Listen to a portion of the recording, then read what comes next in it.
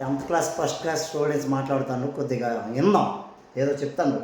నిన్న శనివారం రాధాకృష్ణ చిలక పలుకులు అనే దీంట్లో ప్రెస్టేషన్ అయిపోయాడు మన జగన్మోహన్ రెడ్డి అన్న.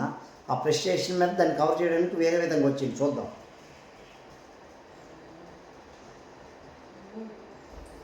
ఈ లెక్కన 50,000 ఎకరాలకే 1,00,000 కోట్లకే దిక్కు లేదనుకుంటే మరో 50,000 ఎకరాలు అని చెప్పి మళ్ళా వచ్చి మళ్ళా తీసుకుంటూ 1,00,000 ఎకరాల అమరావతి అని చెప్తూ ఆ 1,00,000 ఎకరాలకు 2,00,000 కోట్లు కావాలి అని అంటే ఆ 2,00,000 కోట్లతో నువ్వు నిరంతరం రోడ్డు చేస్తానే ఉంటావు, నువ్వు నిరంతరం కరెంట్ ఇచ్చే కార్యక్రమమే జరుగుతూ ఉంటుంది, నువ్వు నిరంతరం డ్రైనేజ్ పనులే చేస్తూ ఉంటావు, నువ్వు 10th క్లాస్లో ఫస్ట్ క్లాస్ స్టూడెంట్ అన్నావు దీనికే. జగన్మోహన్ రెడ్డి రాజధాని అంటే ఇప్పుడు నువ్వు పుట్టంగా నడిచేది కదా, నువ్వు పుట్టంగా నడిచి పాలు తాగలేదు కదా, పుట్టంగా ఇలా మౌత్ పట్టుకోలేదు కదా జగన్మోహన్ రెడ్డి. నువ్వు ఇంటర్మీడియట్లో ఫస్ట్ క్లాస్ స్టూడెంట్స్ వెలగైనవో కానీ ముందు అమరావతి పూర్తి అవ్వాలంటే నిరంతరం డ్రైనేజీలు కట్టాలా, కాలువలు కట్టాలా, రోడ్లు వేయాలా. అక్కడ ప్రాజెక్ట్ పూర్తి అవ్వాలంటే ముందు మనం దారి వేయాలి కదా. నువ్వు ఎలా సీఎం అయినావో మా దరిద్రానికి 2019 నుంచి 2024 దాకా చెప్పు. ఈ తెలివితేట చూద్దాం. ఉత్తరం నీళ్ళు ఇచ్చేదానికి కోసమే నువ్వు అవస్థ పడతా ఉంటే ఇక రాజధాని ఎప్పుడు వస్తుంది, ఎన్ని దశాబ్దాలు పడుతుంది? ఇప్పటికే 12 ఏళ్ళు అయిపోయింది 2014 నుంచి ఇప్పటికి.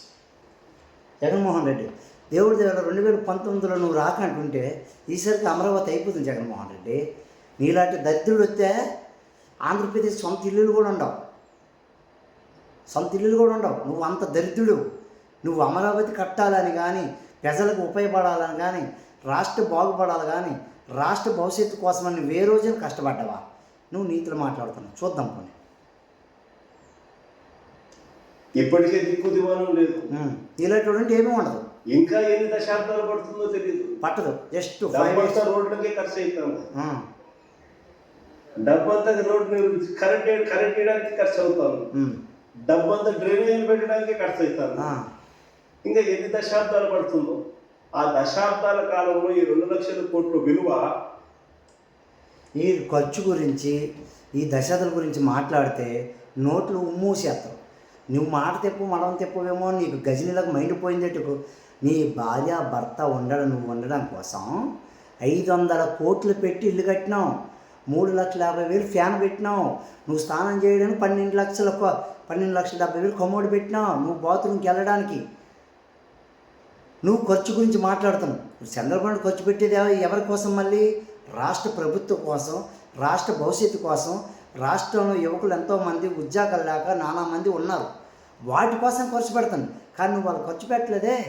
మీ ఇద్దరు ఉండడం కోసం 500 కోట్లు 62 ఎకరాల కొండని 22 ఎకరాలు తొలిసేసినావు నువ్వు, మీ ఇద్దరు బతకడానికి, మీ భార్య భర్త ఉండడం కోసం. నువ్వు ఖర్చు గురించి మేము మాట్లాడుతాను, మేము వినాలా? నోటికి సిగ్గు నజ్జా లేదు నీకు, నీ పార్టీకి కానీ నీకు కానీ. చెప్పు. పూర్తి చేయడానికి 4 లక్షలు అవుతుందో 10 లక్షల కోట్లు అవుతుంది రాష్ట్రం కోసం. చివరికి 12 ఏళ్ళ తర్వాత కూడా ఈ పొద్దు రాష్ట్రానికి రాజధాని లేదు. ఇంకా 20 ఏళ్ళ తర్వాత కూడా మన పరిస్థితి ఏమిటంటే 20 ఏళ్ళు అసలు కూడా రాష్ట్రానికి రాజధాని కనిపించదయ్యా. చంద్రబాబు నీలో తోడు కానీ రాష్ట్రానికి ముఖ్యమంత్రి అయితే 5 సంవత్సరాలు 100 ఏళ్ళు కూడా రాజధాని లేకుండా చెప్తావు. నువ్వు అంత దుర్మార్గుడు, నువ్వు ఎంత సైకోనా కొడుకు అంటే అందరికీ తెలిసిందే. కానీ అనుకో, ఆ 2,00,000 కోట్లను 10% పెట్టే చాలు, 10% పెట్టే చాలు. కుక్కలు సపరేట్ పడతాం కుక్కలు. మేము ఇంతకుముందు మంచి ఆలోచన చెప్పినా నేను నీకు. అవును, ఇంతకుముందు ప్లాన్ ఏ కింద రాష్ట్రంలో పెద్ద సిటీ విశాఖపట్నం, దాంట్లో పెడితే అసలు ఎటువంటి ఖర్చు అవసరం లేదు. కర్నూలులో న్యాయ రాజధాని కింద, అప్పట్లో కర్నూలు మనం కట్టినాం, అది నెరవేరుస్తూ అక్కడ న్యాయ రాజధాని పెడుతూ ఇక్కడే అమరావతిలో లెజిస్లేటివ్ శాసన రాజధాని కూడా తీసుకొస్తే బాగుంటున్నాయి అని చెప్తే నానా యాగి చేసి రాజకీయాలు చేసి అది వద్దు అన్నారు. సరే పోనీ, అది వద్దు అన్నారంటే నీళ్ళటి బుర్రలేనోడు ఆలోచనలు అవి కరెక్ట్ కాదు. నీకేం తెలుసా? నీకు ఈ రోజుకే కాలం వెళ్ళిపోవాలి. ముందు తరానికి, ముందు భవిష్యత్తు గురించి ఆలోచించవు నువ్వేం తెలుసా? ఊరు ప్రజలంతా మా 5 కోట్ల మంది ఆంధ్రప్రదేశ్ జనాలు అందరూ నీ చెప్పు చేతలు ఉండాలనుకుంటావు నువ్వు అంత దుర్మార్గుడు నువ్వు. కానీ చంద్రబాబు నాయుడు అలా కాదు, ఎవరి కష్టం మీద ఎవరి పని మీద వాళ్ళు నిలబడాలనుకునే మనిషి చంద్రబాబు నాయుడు. చెప్పు. పోనీ ఈ ప్రాంతంలో అయినా కానీ నువ్వు చేసే పనికి అసలు రాజధాని లేకుండా పోతుందయ్యా. ఆ పని చేయకుండా కనీసం ఇక్కడైనా ఆలోచన చేయి. మచిలీపట్నంలో నువ్వు కాదయ్యా పోటు కట్టింది, నేను కట్టాను. అవును, కట్టావు, చూసాం. మచిలీపట్నంలో పోటు మనం కట్టాం. మన హయాంలోనే మనం భూములు తీసుకుంటాం, మన హయాంలోనే మనము అనుమతులు తీసుకొచ్చాం, మన హయాంలోనే మనం ఫైనాన్షియల్ క్లోజర్ చేసాం, చాలా మన హయాంలోనే మన బ్యాంకులతో అమరావతి కట్టాము కానీ అమరావతి పైన మళ్ళీ అమరావతి కడతాం మన హయాంలో. ఆ పోర్టు అయిపోతుంది. మచిలీపట్నం నుంచి విజయవాడ కేవలం 70 కిలోమీటర్లు, విజయవాడ నుంచి గుంటూరుకు మరో 40 కిలోమీటర్లు, మొత్తం 110 కిలోమీటర్ల హైవే ఉందయ్యా. విజయవాడలో ఇంటర్నేషనల్ ఎయిర్పోర్ట్ ఉంది, మచిలీపట్నంలో పోర్ట్ వస్తూ ఉంది. ఈ హైవే అటు ఇటుగా ఎక్కడ నువ్వు కట్టే ఆ బిల్డింగ్ ఇక్కడ కట్టే దీన్నే మచిలీ. సరే, నీకు అమరావతి ఇష్టం లేదు, మరి 5 సంవత్సరాలు ఒకటి శాఖ నాయకున్నావు నువ్వు. అప్పుడు కనపడలేదు 110 కిలోమీటర్ల హైవే, అప్పుడు కనపడలేదు గుంటూరు, అప్పుడు కనపడలేదు మచిలీపట్నం, అప్పుడు కనపడలేదు విజయవాడ. నీకేం తెలుసు, నువ్వు దుర్మార్గుడు రా, నువ్వు నచ్చకొండడు. నేను మళ్ళీ చెప్తాను, నీ నాన్న హెలికాప్టర్ వెళ్ళినప్పుడు అందులో నువ్వున్నా బాగుండు, మా దరిద్రం వదిలేదు. విశాఖపట్నంలో నుంచి మా, విజయవాడలో నుంచి విఐ, గుంటూరులో నుంచి కన్ను, కదర్ నుంచి గొడ్డలి, పులివెందలంతో గుండు సోదు, ఏంటి ఇటుకలపాయ నుంచి ఇటుకలు తెమ్మాలి. ఇంకా కుక్కలు చూడు అరుతాను, కుక్కలు చెప్పి ఈ 110 కిలోమీటర్లు నంచుకున్నాడు దుర్మార్గుడు. కట్టయ్యా 2 లక్షల కోట్లలో నువ్వు పెట్టే అమౌంట్ లో 10% ఇక్కడ పెడితే చాలయ్యా. ఆ రోడ్ల కనెక్టివిటీ కొంచెం ఇంప్రూవ్ చేస్తే చాలు. బ్రహ్మాండమైన రాజధాని ఇక్కడే తయారవుతుంది. డే 1 నుంచి రాజధాని వస్తుంది, గ్రోత్ ఇంజిన్ తయారవుతుంది. కనీసం 20 ఏళ్ళ తర్వాత అయినా మన పిల్లలు 2019 నుంచి 2024 గ్రోత్ ఇంజిన్ 4-5 చూసాం. నీ వ్యయంలో 4 చూసాం. బస్ ఇంజిన్ కూడా తేలేదు నువ్వు గ్రోత్ ఇంజిన్ గురించి మాట్లాడతావు. నువ్వు గోధుమలు అమ్ముకున్నాడు, నువ్వు గ్రోత్ ఇంజిన్ గురించి మాట్లాడుతాను. చెప్పు. ఉద్యోగాల కోసం ఎక్కడికెక్కడికో పోవాల్సిన అవసరం లేకుండా మా మావిగంలోనే ఉద్యోగాలు చెప్పు దొరుకుతాయ్యా అని చెప్పి మావిగంలో ఉద్యోగాలు దొరుకుతాయి. ఎందుకంటే ఇది ఎదురాక ఉన్న గొడ్డలు ఒకటికి, కత్తి ఒకటికి, ఇటుకలు ఒకటికి, అవి ఉద్యోగాలే. డిగ్రీ చదివిన వాళ్ళకి వాలంటీర్ జాబులు, బిఏ చదివిన వాళ్ళకి మొత్తం ఏకలు ఎత్తుకోవడాలు, నీకు జాబులు, నీ అయ్యంలో జాబులు. అది కళే. అబ్దుల్ కలాం కళలు కనమాను, కథలు తెంగమాల నీలా సిగ్గమాలను అవునవుతాను.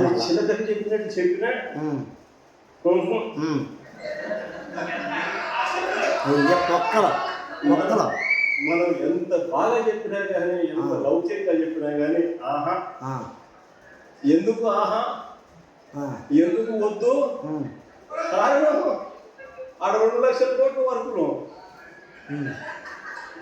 పంచుకోవడం. Mobilisation advance 10%. జగన్మోహన్ రెడ్డి దొంగతనం చేయడంలో, అక్రమం చేయడంలో, నంచుకుంటూ దెంగి తినడంలో కానీ, డబ్బు పోగేసడంలో కానీ, నీకు నచ్చినోడిని ఎదురు సమాధానం చెప్పకపోతే కొట్టడంలో కానీ నీలాంటి దుర్మార్గుడు, నీలాంటి రుక్కుష్టుడు ఎవడు అన్నాడు. గుర్తుపెట్టుకో. నువ్వు నీతి నిజాయితీ గురించి, డబ్బుల గురించి మాట్లాడుతున్నావు. నువ్వు అందులో 8% తీసుకోవడం. ఈ ఆదాయాలు అనేవి ఉండవు కదా మావి కాబట్టి వద్దు. దాంట్లో కాంట్రాక్టర్లు ఎవరు అంటే ఒకడు ఈనాడు బియ్యంకుడు, ఇంకొకడు బన్సు శ్రీనివాస్, ఇంకో బినామి, అంత ఇల్లే దోచుకోవడం, పంచుకోవడం, తినుకోవడం. అందుకని ఆహా, జగన్ ఏం చెప్పినా ఆహా. జగన్ ఏం చెప్పి మంచి ఆంధ్రజ్యోతి ఆయన ఆయనకు ఎంత బాధ, దోచుకునేది, తినుకునేది కట్ అయిపోతుంది అని చెప్పి ఆయనకి ఎంత బాధ.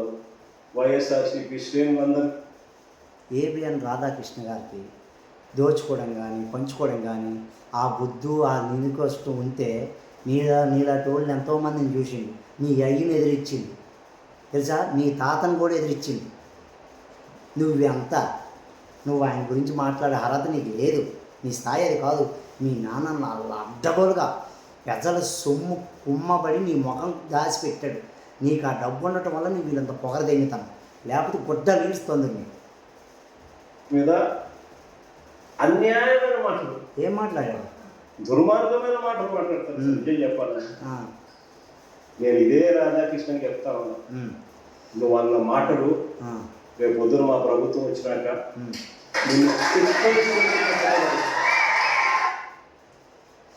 నీ ప్రభుత్వం మళ్ళీ వచ్చాక రాధాకృష్ణ చెప్పు తీసుకుని కొడతాను అంటాను. నువ్వు మాత్రం జీవితాంతం మళ్ళీ వైఎస్ రాజశేఖర రెడ్డి వచ్చి మళ్ళీ నేను పోటీ చేస్తాను అన్నా సరే నీ ప్రభుత్వం రాదు. అర్థమైందా? నువ్వు చెప్పు దెబ్బల కాయకంటూ ముందు చూసుకో. జగన్మోహన్ రెడ్డి, నువ్వు బుద్ధామొహలైన మాట్లాడుకో, ఇకనా నా నోరు అదుపులో పెట్టుకో. ఫ్రస్ట్రేషన్ మొహంలో. వైఎస్ఆర్సీపీ శ్రేణుల్లో వైఎస్ఆర్సీపీ కార్యకర్తల భార్యలు అంటే నీకు అంత అలుసుగా కనిపిస్తాను. ఎవరికైనా వాళ్ళకైనా భార్యలు ఉంటారు, వాళ్ళ భార్యను ఉద్దేశించి మనలో ఎవరైనా కానీ మనమైనా కూడా మాట్లాడితే వాళ్ళకి నచ్చుతుందా? ఎవరికి నచ్చదు. నచ్చినప్పుడు అలాంటి మరి భువనేశ్వర్ని పవన్ కళ్యాణ్ భార్యని అన్నప్పుడు ఈ మాటలు ఎందుకు రాలేదు నాయన? స్వయంగా తోడబుట్టిన చెల్లినే అన్నావు గారు నువ్వు. పశువు చీర కొట్టుకొని చంద్రబాబుని ఇంప్రెషన్ చేయడానికి వెళ్ళిందని. జగన్మోహన్ రెడ్డి, నీకు రోజాకి అర్హతకు లేదు ఈ మాట్లాడడానికి, అర్హత లేదు. మీరు బుద్ధానవారు మూసుకొని ఉండండి. మీరు నీతులు చెప్పడానికి ఆ ముండాకొడుకులు ఇంత తినొచ్చేమో ఆ నాయకు నీ వెనక కుక్కలు. ఇక్కడ ఆంధ్రప్రదేశ్ జనాలు అంత సిద్ధంగా లేరు కాబట్టి 151 నుంచి 11 తన్నారు నిన్ను. మాట్లాడేదానికి కనీసం అలాంటి మాటలు మాట్లాడినప్పుడు తప్పు అని చెప్పి కనీసం ఈ నాయకులు చెప్పాలి కదా. అబ్బా, ఈ చంద్రబాబు నాయుడు చెప్పడు, ఈ లోకేష్ చెప్పడు, ఇలా దత్తపుత్రుడు చెప్పడు. ఆ కుక్కలు వెనుకున్న కుక్కలకి దత్తపుత్రుడు అయితే మరి వాళ్ళకి ఏంటి ఆనందము? వాళ్ళు ఒక్కరు చేసిన ప్రెస్టేషన్ రాజకీయంగా ఎదుర్కోలేదు. దొంగనాకుడు మనిషిని వ్యక్తిత్వాలు పిల్లలు భార్యలు ఈదులో పెట్టడం ఇది బాధ్యత. జగన్మోహన్ రెడ్డి, ముందు నువ్వు బుద్ధాన్ని మూసుకొని ముందెంగే. జై హింద్, జై భారత్.